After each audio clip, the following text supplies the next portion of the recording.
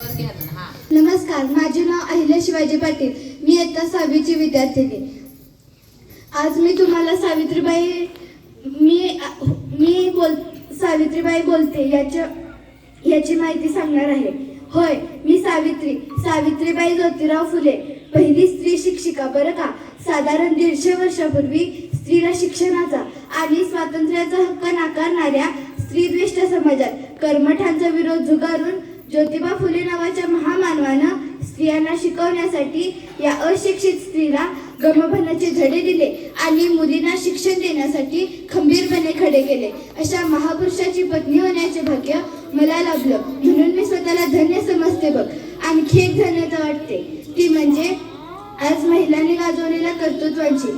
आमच्या वेळी स्त्री चूल आणि मूल, रांधा वाडा उष्टी काढा यातच गुंतलेली असायची. पण आजची स्त्री घराबाहेर पडली, शिक्षिका, डॉक्टर, वकील, पोलीस बनली. गावच्या सरपंचापासून ते देशाच्या राष्ट्रपतीपर्यंत अनेक महिलांनी राजकारणात खंबीर नेतृत्व दिलं.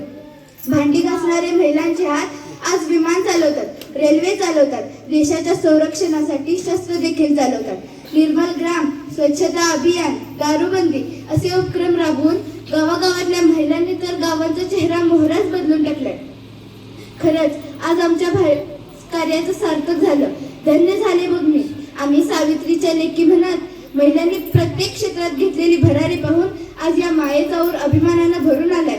खरं सांगायचं तर मी एक परिवर्तनाची ज्योती होते, पण तुम्ही आजच्या महिला मात्र परिवर्तनाची मशाल बनला.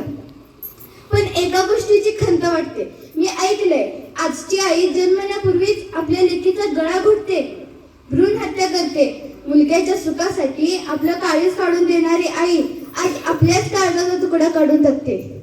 असं म्हणतात, आई सुखाचा सागर, आई प्रेमाचा पाझर, निळ्या आकाशा एवढा तिच्या मायेचा पदर. मग आईच्या प्रेमाचा झरा आटला का? आजच्या मातेनं मायेच्या पदराखाली बागड्याला लेकीलाच का पारखी करावी? माता कोण म्हणेल तुम्हाला? माता नव्हे, वैरिणी आहात, वैरिणी. अहो, मुलगी झाली म्हणून काय झालं? मुलगीशिवाय घराला घर पण आहे का? वंशाला दिवा म्हणून मुलगाच कशाला हवा? मुलगी सुद्धा बनू शकते तुमच्या वंशाचा दिवा. मग मुलीला जन्म देण्याचा संकल्प करणावा. हाक देते सावित्री, कन्या वाचवा, देश वाचवा.